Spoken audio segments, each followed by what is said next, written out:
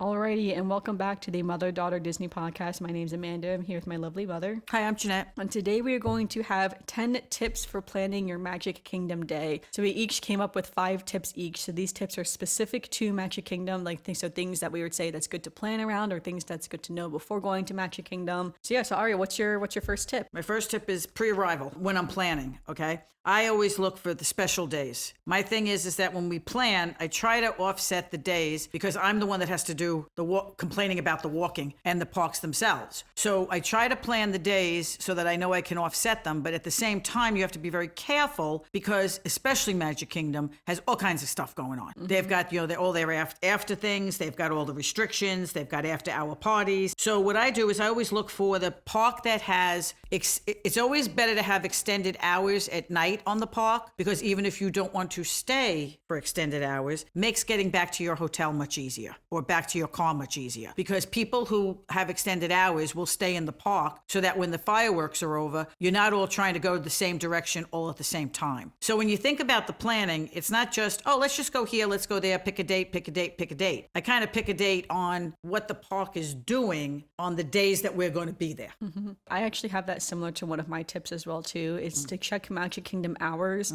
as early entry hours and after hours events change on a day-to-day or week-to-week basis as well too. So for instance, if you're staying on Disney property, you could go in a half hour early or again stay an hour late after the park closes, but those days change and sometimes they're not doing that. So it's good to know when those days are, or again when certain after hours or parties pop up. So for instance, we've planned our trip to Disney World in December, but we're already planning to do an after hours party, but we don't know when those dates are yet. We don't know. We're just hoping that it's one of the dates will fall on the days that we want to go to the park. So sometimes even when you plan a year in advance or 6 months in advance, things may change within a few months of it, because the after hours events like Mickey's Not So Scary Halloween party or the everything Christmas party changes. Again, things pop up, other after hours events that maybe you'll want to do and say actually we want to do the Christmas party, so maybe we shouldn't go to Magic Kingdom during the day, we should just do the Christmas party at night, because they let you in at 4:00, so that's so it's always good to, again, it's one of the things Disney's very much, Disney World especially, is very much a plan ahead type of vacation, especially if you want to maximize your time. So Magic Kingdom especially too, Magic Kingdom is the trickiest one. You want to make sure you check those dates before. Magic Kingdom is the trickiest one. The other parks have early hours for people who stay on or whatever, but Magic Kingdom is the trickiest one. And like I said, when I'm doing it, not only am I worrying about the extra hours or this or that, we're worried about eating too. We're planning on meals and I don't want to eat an Italian restaurant this night, the next night eat Italian, and then go and eat all. So I like to offset it. So there's a lot to look at when you're trying to do that. My other one was dinner reservations. Okay, that elaborates on the fact that we always like to get our dinner reservations around 6 p.m. So the problem with getting dinner reservations at Disney is all the really good restaurants fill up right away. So I have to go in early and figure out what day we're going to what park, when we're going to be walking around the most, where we're going to be, what we're going to do. Are we staying late? Are we staying for the fireworks? So dinner reservations is something that I always look out to get our dinner reservations about 6 o'clock, because this way we can have a nice dinner and then still have time to get out, especially in Magic Kingdom, get out on Main Street and get ready for the fireworks. So Magic Kingdom is one of those that it's kind of tricky to make sure. And really the only restaurant we've been going to lately is Tony's, because they have a really nice menu. Everybody gets Tony's what they Town want. Square. Yeah, Tony's Town Square. Service is good. It's right there. And for us, it's very convenient because we don't go right up to the front. We stay more towards the back anyway. So when you come out of Tony's, you've got all your choices of going into the Emporium and getting, candy, or going to the ice cream place and getting dessert, or getting a Mickey bar or popcorn or whatever, and then hanging out until the fireworks come. So for me, I'm thinking, when you're thinking your dinner reservations, think about where you're going to be in the park and what you're going to be doing all day to sit down and actually, if you want to have a dinner, sit down. You got to plan 60 days out and say, this is where we want to eat. Let's make the reservation. You can always cancel it. It's not like you can't cancel it. So you can always cancel it. That's good too, because the table service restaurants in Disney do not take walk-ups for the most part. No. Now there are some walk-up waiting lists on the My Disney Experience app that you can do too, but those aren't necessarily guaranteed. Right. So no table service restaurant is going to basically take walk-ins for the most part. No, they don't guarantee you will have walk that in. reservation. No. Yeah. All right. So mine is to make sure that all of your tickets are linked. So to make sure you and your family members and anyone is linked, you have to go into the My Disney Experience app, and then you can go to where your friends and family lists are. And this is very important for a lot of things, for dining reservations, for lightning lanes. So for instance, if you want to purchase lightning lanes, you will purchase your lightning lane lanes 7 days out, and the app will actually tell you the exact date and time that you can purchase our lightning lanes for people who are eligible, and that's why it's important to have everyone linked ahead of time. So you want to make sure everyone is linked, and then you want to check the My Disney Experience app to see 7 days out to see when the date and time that you can start booking your lightning lanes. And then for Magic Kingdom specifically, I would say to consider where you want to go into the park. And so I like to try to stack our lightning lanes near each other so you don't have to keep crossing the park back and forth. Now sometimes that happens, right? You have Tiana's Bayou Adventure, and then you have Space Mountain, and then you have Big Thunder Mountain, and then you have Tron, right? So you're running back and forth across the park multiple times. But I would say it's very tiring to do that, though, especially if it's in the summer and it's very hot. It's very tiring to do that. Walking gets to be a We've lot. all done it before in the past too, so that way, if in Magic Kingdom, since you can book those 3 in advance, again, it's like trying to think ahead to be like, how do I want to plan my day out a little bit, especially my walking path a little bit, so that way you eliminate some of that, running back and forth between, between rides or between lands and stuff like that. Which also brings in your dining reservations, because if you've got dining reservations, you've got to have time to get to the ride, get on it, get off it, and then go over to the restaurant without having to run to make sure you're making one or the other. Yeah, and I would say Magic Kingdom, and I feel like Epcot are the two that I have this the most with, where I feel like you can be sprinting back and forth across the park, but Magic Kingdom the most, because Magic Kingdom has the most rides, right? So you're going to max out what the rides are using in the Lightning Lane app, or the Lightning Lane if you're doing Lightning Lane. And so because of that, it's like, you will be running back and forth across that park multiple times, especially if you're trying to get on specific rides or do specific things. So again, trying to think of like the path that you want to take and planning your lightning lanes around that path and what you can do between those lightning lanes that's still around that path as well too. So like for instance, it's like, all right, so it's like maybe we'll have Space Mountain and Tron, but we'll have like some time in between, and then in that time in between we could do Carousel of Progress. So we could do the people mover. Going to the ones you can walk on. Yeah, like things without lightning lanes. So it's like thinking it's like, all right, we're gonna do these lightning lane attractions, but then we're gonna fill the in between time with non-lightning lane attractions or things that we don't have to keep running back and forth in the park in. So once we're done with Tomorrowland, we can just move on, right? And not have to keep coming back. Because again, sometimes it happens. Again, I've had it happen before too. And me and Ted were sprinting back and forth across that park, and I was telling him, it's like, gotta keep up, love, right? It's Oh like, God, Amanda no time to sprints waste. everybody around. Yes, No time to waste. So,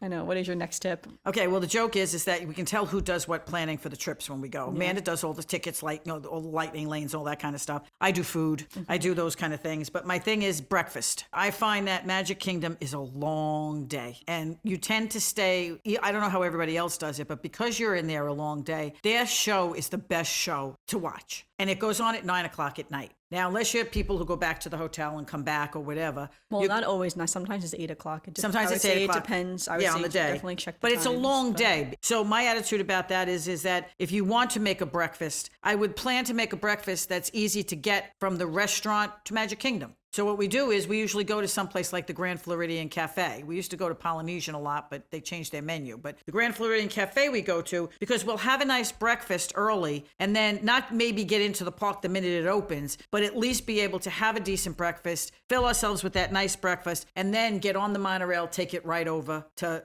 Magic Kingdom and start our day. And then you can snack in between. They have all the little snacks, and they have the carts and the fast food or whatever, and then our nice dinner. So there are quick service restaurants that will serve pretty good food. Yes, but if you want sit down, so if you want to sit and have a nice breakfast, just you to have note to do that it's it like before time. there are options. Obviously, it's not like sitting down is the only option that there is. I mean, if you want to go even to Grand Floridian or Polynesian, their fast food, even the Contemporaries fast food restaurant, the quick service. in the park, like there's a lot of options. Oh, in the park, yes. If you want to do it in the park, you could also get breakfast, like make a because again, Crystal Palace is the really popular one for the Winnie the Pooh characters. So there's but that's also another pre-do it yes, early. I'm saying it's like a lot of any table service restaurant is going to need. All right. Well, my next one is that so kind of jumping down back to the fireworks. So I have here there are many great viewing options for the fireworks overall in the park. There's a lot of unique places that you can watch the fireworks from, even behind the castle and everything. So one of the things that I would note is that to consider where you want to watch the fireworks from. So for instance, a lot of people like to be right up in front of the castle, which is nice because there is a big projection show that's on the castle. So if you want to have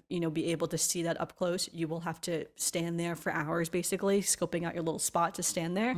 So what I find though is a lot of people who stand right in front of the castle always tend to have their phones up the entire show. A lot of people I remember are you filming telling the us whole that. show. Yes. Now, I don't think it's a bad thing to film the show, right? It's like, especially too, if you want to get good footage of the projection shows, like you do have to stand closer. Yes. Because if you stand on Main Street, it's harder to see the projection show, honestly. You're squinting a little bit. What's harder is that if you're not going to film it and you want to just enjoy it, you end up watching it through other people's phones because then you can't see. So I think that's more of the struggle, because again, I don't think there's anything wrong with filming the shows. I know a lot of people say, have their own opinions on it. But at the end of the day, it's like, it's like everyone films things, right? It's like we all have phones. We're all going to film something. But I find that for the whole show, people will film the whole thing when you're up close. Whereas on Main Street, for instance, a lot of people will film bits and pieces of it. Yes, they'll film some of the fireworks, some of their favorite songs, some of their favorite moments. So you can kind of shift a little bit, right? So I'd say it's just a little bit different, but up close, because you are watching the projection show. I would note too that it's like you end up just watching the projections rather than watching the fireworks above the castle. So again, to each their own, right? It's just your preference of like what you want to watch. If you think the kids, thank God, because otherwise everybody would want to be in the same place. Yeah, at like the if same you time. think the kids or the family would be more entertained by watching the projection show, then you need to be up right by that castle so they have the best view of the projection show. But if the kids or if the family or friends are more interested in the fireworks, then maybe standing on Main Street or elsewhere in the park would be actually a better viewing, because then you could see the fireworks better if you're a little bit further away. So I'd say there's no bad view, right? It's like there's a lot of great views for the most part, and it's just up to the preference of where you want to watch the show, right? What you want to film, what do you want to, where you want to take your own memories, right? It's like we like to watch it on Main Street because I think it's really magical to watch it on Main Street. Yes. I think Main Street is really nice. It just nice. gives you that feel. Yes, I think you get a really good view of the fireworks, of the projection show too. But again, it's like we're still squinting a little bit on the, on Main Street. It's like I can't see all for the details. cast, like problem. But yes, you are missing some of it because, Well, I say that because the one time when I did stand up very close, I was like, this show is very detailed on this castle. More details very than you see all the way show. from the back. Yes. I will say, it is quite detailed. There's a lot of little details. It's also very hard in to see projection Tinkerbell when show. she's moving.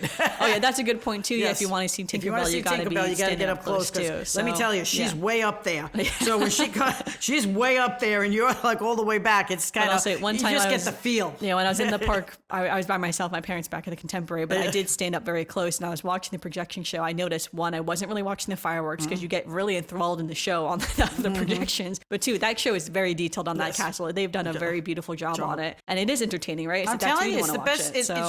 It's worth the day just to be there for that. I've got to tell you. Like just different, just thinking through, it's like, where do we want to stand? How much time do we want to invest in scoping out a spot, right? So it's like some people will scope, especially if you're in a busy season, people scope out spots hours before. Yes. They'll that's be sitting one on of that my curb. last tips. Yeah, whereas other people, it's like sometimes I would say for the most part, you can kind of squeeze in wherever you want to go. Okay. Because a lot of people will be sitting down and, they say like, all right, everyone's got to stand. Well, see, that's what brings me to one of my tips. What's yours? Yeah. My tip was don't sweat your problem getting to see it on Main Street. Yeah. If you want to see it on Main Street, because same thing what you just said, that's exactly what I wrote down, is that you're going to get there to Main Street and you're going to have people along the sides, you're going to have people laying out in the street to hold their spots so that all their family can come and join them when it's time for the fireworks and all this stuff. And if you're not used to it, you're going to look at it and go, what do you mean I can't get over there? Like the people are laying down in the Don't sweat it, because what's going to happen, what Amanda just said, is that when the show starts, everybody has to stand up. They cannot sit down, they cannot lay down, they have to stand up. Yeah, and everybody naturally is is going to move forward and into the street.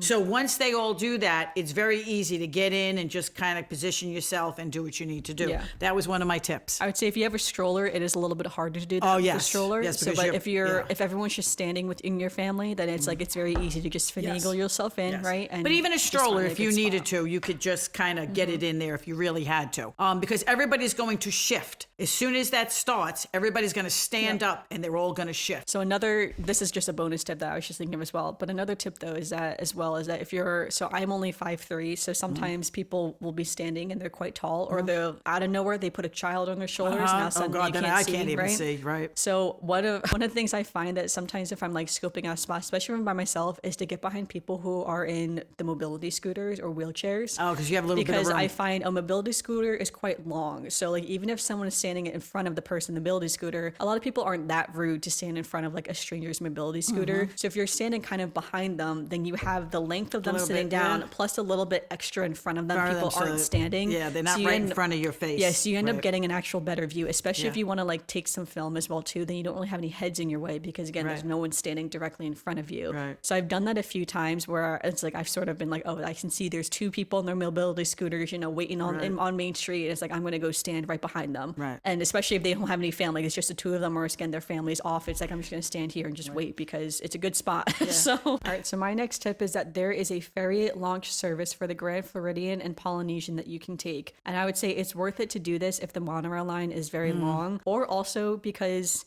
especially for the Grand Floridian Polynesian, they are the third and fourth stop along the way from Magic Kingdom.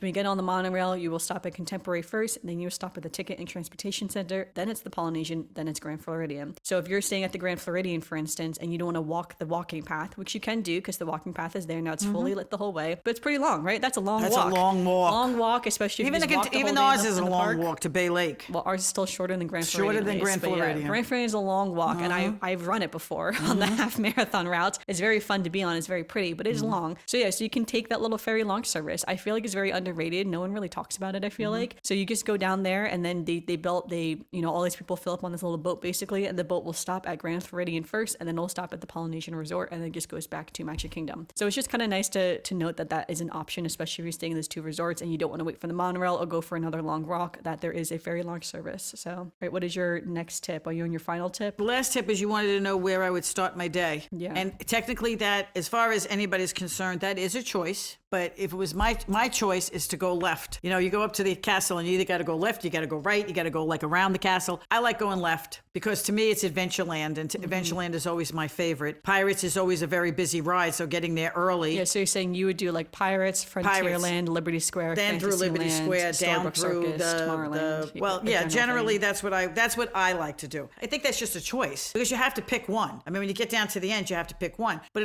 it kind of all ties into around to if you're picking your lightning lanes, you know where your first lightning lane is. So you know if you're going left. Well, it depends on breakfast too. If you're planning on getting breakfast at Be Our Guest restaurant, you're starting it back. That's right. You have to start over there. That's right. So that's what I mean. It's all a choice of planning and whatever. But my personal is always I love to go left. And we usually do Pirates of the Caribbean early anyway most of the time. So I'm always very happy that we get to go left most of the time. Yeah, well, I guess that's the thing too with lightning lanes because of course once you use your first lightning lane, then you can start booking your next one basically. So sometimes if you book a lightning lane that's in the front of the park, so you don't have to walk that far, and then you can rebook that lightning lane pretty quick. Because in the past I have done it where I did pick It's a Small World to be our first one as like the burner lightning lane, but that's a much longer walk from when you get into the park going all the way back there. So you're losing some time. And then you're in the middle, so that now you've got to go either one side or the other. And so so then you're losing some time of which direction that you want, you're losing some time of like when you're going to book your next lightning lane, and some of the rides will fill up very quickly. So it's like we've gone and it's like the Winnie the Pooh ride filled up almost immediately. Couldn't get Winnie the Pooh. Peter Pan's Flight and Jungle Cruise are also notorious for filling up very quickly. Space Mountain will fill up as well, not as fast. It kind of depends. It's seasonal. It's been filling up quicker because Big Thunder Mountain is closed, but once that reopens, that'll change because a lot of people will go that way. Yeah, because that's the thing. Because again, because the tier 1 and tier 2 rides, we have a whole podcast episode on lightning lanes, so I can always link that episode in this one. So if you're more gung ho in the lightning lanes, because again, that was a whole episode because it's very in depth how the lightning lanes work in Disney World, which again is different. I can't go to Walt Disney World without Amanda.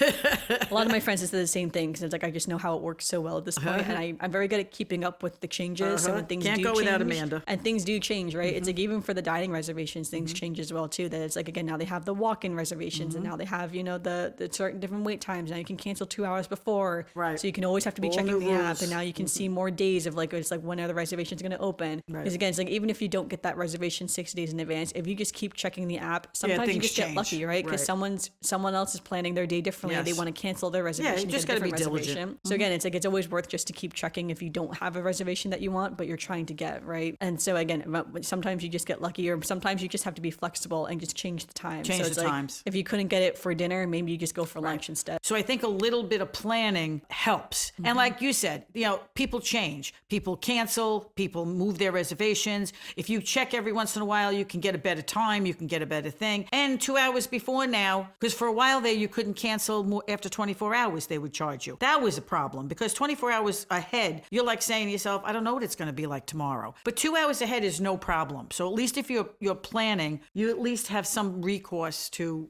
change and to do. But if not, you have it there ready for you. Yeah, so that was just a few tips for planning Magic Kingdom days. We're going to do more episodes on planning days for Epcot, for Hollywood Studios, and Animal Kingdom as well. So normally we would go into a little bit of Disney news, but this is a very pre-recorded episode, and we're trying to keep some evergreen episodes at the moment. So there's going to be no Disney news for today's episode. So instead, we'll just go into our Disney Disney memories? Do you have a Disney memory for today's podcast? Well, my Disney memory is just being on Main Street. I'm telling you, every time you talk about Disney, that's the memories that pop into my head, is when we're standing on Main Street watching the castle and watching. The first time we actually did stand back on Main Street, I remember that they lit up all the roofs, all the stores along the side on the there's top. projections on the stores. And we didn't realize that they did that because we had always been a little further up. So I remembered that we were standing there and said, wow, that's really cool that you get to see that while you're, because it doesn't matter where you go in Disney. You may not get the same experience twice, but each experience has its own benefits. Well, that's like when I was in high school, we went for 4th of July. And so me and Shannon we were together, and we were in the park for the 4th of July fireworks. I remember, I don't know where you were. I guess you were at, We didn't, I think we went up to the lounge by and us. we didn't know this, but there was fireworks all the way around. We were all the way back by the train station, but there was fireworks that was like a 360 around you, and everyone around us was like, oh my gosh, was not expecting that. Like it was quite phenomenal. Yes. And Disney, Magic Kingdom specifically, is well known for their fireworks for 4th of July and for New Year's. So like everyone always says, like those are the two biggest fireworks shows that they have. And Disney will usually do it twice. So for instance, July 3rd and July 4th. Right, they always they'll do the the day same before. show. Same thing for New Year's Eve as well too. They'll do New Year's Eve and New Year's Day. And I think for New Year's Day, or New Year's Eve rather, they actually do 2 times as well. Yes, too. they do an earlier one show, and then they do an actual. They do like one midnight at 7 show. o'clock, and then they do one at midnight. So you can pretend to your children that it is midnight. Yes. And then you can go to bed. We actually walked into the park one time at about 6:30 and ended up watching both with you guys. Yeah, so you can do that as well too. So I'd say it's like, yeah, that's what I'm saying. There's no bad place to be. All right, so I have a new segment for the podcast where we'll end each podcast now on a Disney quote. So our first quote for our new quote section is, laughter is timeless, imagination has no age, and dreams are forever. Cool. Who do you think said that quote? That's got to be Walt Disney. Yep, it is Walt Disney. I was going to say, that's his whole concept. Yep, that's Walt Disney, one of his famous quotes. Yeah. But all right, thanks Too everyone bad this for wasn't listening. a trivia contest. I thought about doing a trivia Because question. I do so badly. I thought about doing a trivia question too for each podcast episode, but Oh, no, I don't do know. that to me. No, thank you. Debated whether or not to do that. No, don't do that to your mother. All right, thanks everyone for listening to this week's episode of the podcast. Make sure you guys review on Apple Podcasts, Spotify, or leave a comment down below if you're watching YouTube. And let us know on our social media, Almost Amanda X, what are your planning tips for Magic Kingdom? What are things that you consider before going to Magic Kingdom that you think would be good for us to know before we head back to Magic Kingdom next? So would love to hear that. We'll have that dedicated Instagram post. Until then, we'll see you guys.